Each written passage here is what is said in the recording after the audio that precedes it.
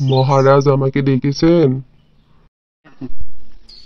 মন্ত্রী, আমি যে বকটা শিকার করেছি আজকে, ওই বকটা কি রান্না হয়েছে? আপনি শিকার করার পরপরই তো আমি সেটা বাবুর্চিকে দিয়ে দিয়েছি।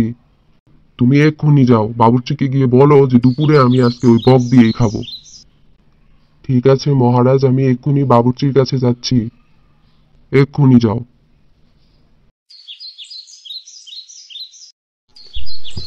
আমি শ্রী ভজ হরি মান্না, আমি শ্রী ভজ হরি মান্না। আমার যে গুণ, গুণের কদর অবশ্য কেউ বুঝে না। আমি একজন বাবুর্চি, সাথে একজন গায়কও, কিন্তু আমার গায়ক বলে কেউ ডাকে না। সবাই সারাদিন এই বাবুর্চি বাবুর্চি কি একটা না। বাবুর্চি, বাবুর্চি। কে রে? ও আপনি? মন্ত্রী মশাই, আপনারে না কতবার বলেছি আমি একজন গায়ক, সবসময় খালি বাবুর্চি বলে ডাকবেন না। আপনারে যতবারই বলি আপনি দেখি কথাটারে গুরুত্বই দেন না। গান একটু উল্টাপাল্টা গাই ঠিকই, কিন্তু গান তো গাই, আমি তো একজন গায়ক, একটা সম্মান আছে না আমার। গানও গাই, আবার রান্নাটাও সেই রকম মজাদার করি। দেখছেন কিরকম ঘেরান বাইর হইছে। শোনো বাবুর্চি, তুমি হচ্ছ এই রাজ্যের বাবুর্চি, তুমি বাবুর্চিই থাকবে। আমি হচ্ছি এই রাজ্যের মন্ত্রী। আমার সাথে এইসব উল্টোপাল্টা কথা তুমি একদম বলবে না। নিজে নিজে বিড়বিড় করে কি সব উল্টোপাল্টা গান গাও, আর এখন নিজেকে গায়ক ভাবতে শুরু করে দিয়েছো। গায়ক হলে যাও, রাস্তায় রাস্তায় গিয়ে গান করো। বাবুর্চির কাজ কেন করছো তুমি তাহলে? আমি হচ্ছি এই রাজ্যের মন্ত্রী। আমার সাথে এইসব রসিকতা উল্টোপাল্টা কথা আবার যদি তুমি বলেছো, তোমাকে অনেকবার আমি বলেছি আমার সাথে এইসব রসিকতা করবে না। তুমি বাবুর্চি, তোমার কাজ হচ্ছে রান্না করা, এইসব গান বাজনার কথা আর কখনো বলবে না। মহারাজের বকটা কি রান্না হয়েছে? মহারাজ এক্ষুনি খাবেন বলেছেন। হ, হইছে তো, এই যে নিয়ে আসতেছি, এক্ষুনি নিয়ে আসতেছি। যা ঘ্রাণ ছড়াইছে দেখছেন তো। আমার মতো গুণী মানুষের রান্না বুঝতেছেন না। তোমার এইসব ফালতু কথা বাদ দাও, মহারাজকে এক্ষুনি খাবার দাও।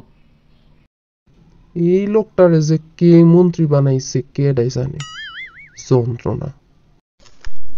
আশেপাশে কেউ নাই তো? হুম, হুম, হুম, খাঁচা হইছে। আমি কিনা একজন গুণী মানুষ। আমি শ্রী ভজ হরি মান্না। মহারাজ, এই লন আপনার বকের মাংস। বাহ, ঘ্রাণটা তো সেই বেরিয়েছে। বাবুর্চি, তোমার গুণ আছে বলতে হবে। সারা রাজ্য আমার মো মো করছে বকের গন্ধে। বুঝলে? হম, খাসা হয়েছে বুঝলে, সেই হয়েছে বুঝলে, চমৎকার হয়েছে। কি ব্যাপার, বকের আরেকটা পা কোথায় বাবুর্চি? তুমি নিশ্চয়ই বকের পাটা খেয়ে ফেলেছো, তাই না? কি বলেন মহারাজ, বকের তো ফাও একটাই থাকে, আপনি জানেন না? হাই হাই মহারাজ, আপনি যে বকের এক পা থাকে এটা জানেন না? তুমি কি আমাকে বোকা পেয়েছো? কি সব উল্টোপাল্টা কথা বলছো? বকের এক পা থাকে কিভাবে? চলেন মহারাজ, আমি এক্ষুনি আপনার চাক্ষুষ প্রমাণ দেখাইতেছি যে বকের পাও একটাই থাকে। ঠিক আছে, চলো এক্ষুনি চলো, আমিও দেখতে চাই বকের এক পা কিভাবে থাকে। চলেন চলেন। ওই যে দেখেন মহারাজ, দূরে দেখা যায়নি, দেখছেন বকগুলা যে এক পায়ে খাড়ায় রইছে, দেখেন আপনি ভালো করে দেখেন। তাই না? কি বাবুর্চি, এখন কি বলবে? মহারাজ, আপনি তো এখন তালি দিছেন, এই জন্যই তো বকগুলা দুইটা পা দিয়ে এখন উড়া গেল। দেখছেন অবস্থা, আপনি তালি দিছেন দেখেই তো দুইটা পা বাইর হইলো এখন। তা তোমার যখন এতই বুদ্ধি, যখন আমি খেতে বসলাম তখন তুমি কেন হাতে তালি দাওনি?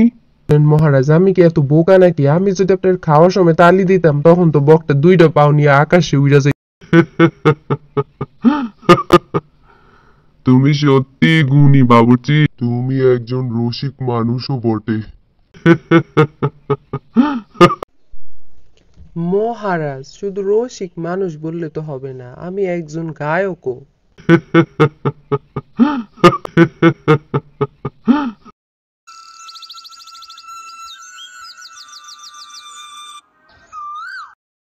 বলছি আলুশ্রী, সিধে আলুটাকে কিভাবে বিয়ে করাবে বলো তো? ওর ভিতরে না আছে কোনো তেল মশলা, না আছে কোনো লবণ, না আছে কোনো ঝাঁঝ। এরকম সিধে আলুকে কে বিয়ে করবে? শুধু সিদ্ধ হলেই কি হবে? এখনকার আলুদেরকে দেখো, খোসা কেমন চকচকে, তারা ফ্রেঞ্চ ফ্রাই হওয়ার দক্ষতা রাখে। তুমি না সবকিছু নিয়ে একটু বেশি দুশ্চিন্তা করছো, বুঝলে তো? আমাদের ছেলেটা সিদ্ধ আলু হলে কি হবে? পেঁয়াজ মরিচ পেলে ও একেবারে চাট হয়ে উঠবে। চাট হবে? তোমার ছেলের তো ক্যাচাপের নাম শুনলেই জ্বর আসে, সে কিভাবে চাট হবে শুনি? আর তাছাড়া দেখো এখনকার অন্য ছেলেরা কিভাবে চলাফেরা করছে, সবাই ফ্রেঞ্চ ফ্রাই চিপস হওয়ার যোগ্যতা রাখে, আর তোমার ছেলে খালি সিদ্ধ হয়েই বসে থাকে। খোসা চকচকে হলে, চিপস হলে আর ফ্রেঞ্চ ফ্রাই হলে ভালো জীবন সঙ্গী হওয়া যায় না। আমার ছেলে সিদ্ধ আলু হলে কি হবে? ওর মধ্যে নম্রতা, ভদ্রতা, ধৈর্য আছে। দেখবে আলু গুনে ও ঠিক একটা ভালো পাত্রী পেয়ে যাবে। হ্যাঁ, তুমি সে আশাতে ঘরে বসে থাকো, বুঝলে তো? তোমার ছেলে মিশেও তো একটা পচা আলুর সাথে, ভালো আলুদের সাথে মিশলেও তো একটা কথা ছিল। দেখো সিধা আলু থেকে কবে আবার পচা আলু হয়ে ঘরে ফিরে আসে। বস দেখো দেখো, ওই আলু গালটা টিকটক করছে, খোসা যেন একেবারে চকচক করছে, মাখন লেগে আছে মনে হচ্ছে। আরে বাস, ও তো টিকটকার আলুসা বিউটি। ওর একটা হিচকা নাচে 10 লাখ ভিউ চলে আসে, বুঝলি তো? ওর নাচ দেখে তো আমার সিদ্ধ মাথাও কাঁপছে। ওর খোসাটা এমন ভাবে ছাকায় মনে হচ্ছে যেন ফ্রাই হওয়ার আগে গরম তেলে পড়ে যাবে।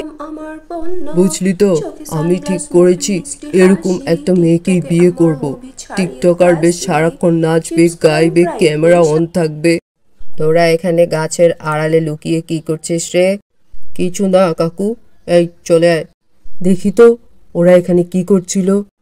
ও বাবা, এই তো দেখি টিকটকার। আমি তো আমার ছেলের জন্য এরকম একটা সুন্দর স্মার্ট আলুই খুঁজছি।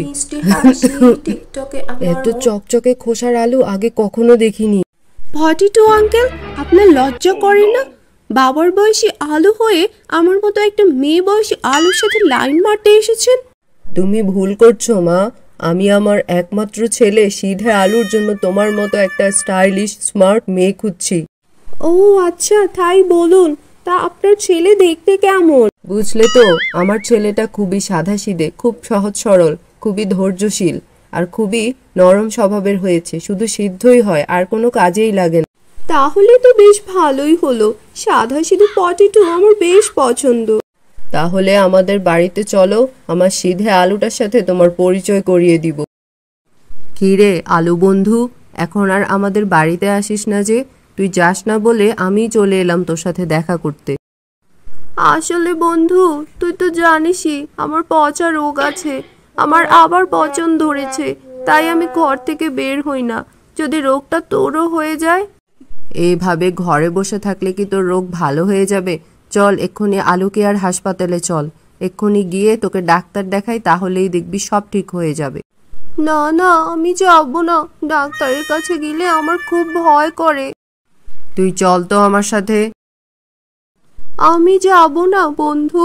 ডাক্তার এখন পচাটুক ফেলে দিয়ে আবার ব্যান্ডেজ করে দিবে, তারপর সবাই আমাকে নিয়ে হাসাহাসি করবে। তুই চল তো। এই শোন, আলুসা বিউটিকে আমার চাই চাই। কিন্তু ও কি রাজি হবে বস? রাজি হবে না মানে? রাজি ওকে হতেই হবে, না হলে ও চকচকে চামড়ায় কেঁচো ছেড়ে দিব। শোন গুঁড়ো আলু, এইসব করে কি লাভ? একটুও তো লম্বা হতে পারলি না। শোন, একদম আমার বিষয় নাকাল উগালাবি না, বুঝলি তো? আমারটা আমি ভালোই বুঝি, আমার খালি তেল কমলেই হবে। আর তাছাড়া তুই বা কোন এত লম্বা রে? এই সিধে আলু আর পচা আলু না রে? এই দাঁড়া দাঁড়া, পচা আলুটার পেছনে কি হয়েছে রে? দাঁড়া বলছি। আবার বুঝি পশ্চাৎ দেশ কেটে আসলি। সিধে আলু, তুই পচা আলুটার সাথে কেন মিশিস রে? তোরও তো পচন ধরে যাবে। মিশবি আমাদের মতো ভালো আলুর সাথে। তোমরা কত ভালো আমার জানা আছে। চল বন্ধু আলু। এই দেখো আলুশ্রী, তোমার একজন বন্ধু নিয়ে এসেছি। একা একা থেকে বিরক্ত হও, তাই তোমার জন্য একজন বন্ধু নিয়ে এসেছি। তার সাথে বসে সারাক্ষণ গল্প গুজব সব কাজ করতে পারবে, বুঝলে তো? এই বয়সে বিয়ে করে আবার বলছো আমার নতুন সঙ্গী হয়েছে? দাঁড়াও, দেখাচ্ছি তোমার মজা। এ কি আলুষা, তুমি এখানে? হ্যাঁ, তোমাকে খুঁজতে খুঁজতেই তো আমি এখানে চলে এসেছি।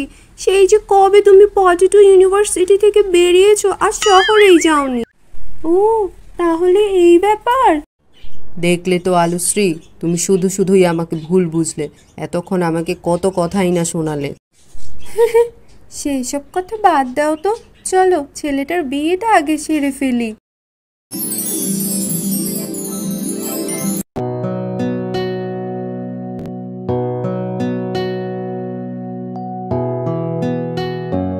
আলুসা বিউটি শেষমেশ এই সিধে আলোটাকে বিয়ে করলো। সব কটাকে দেখে নেব।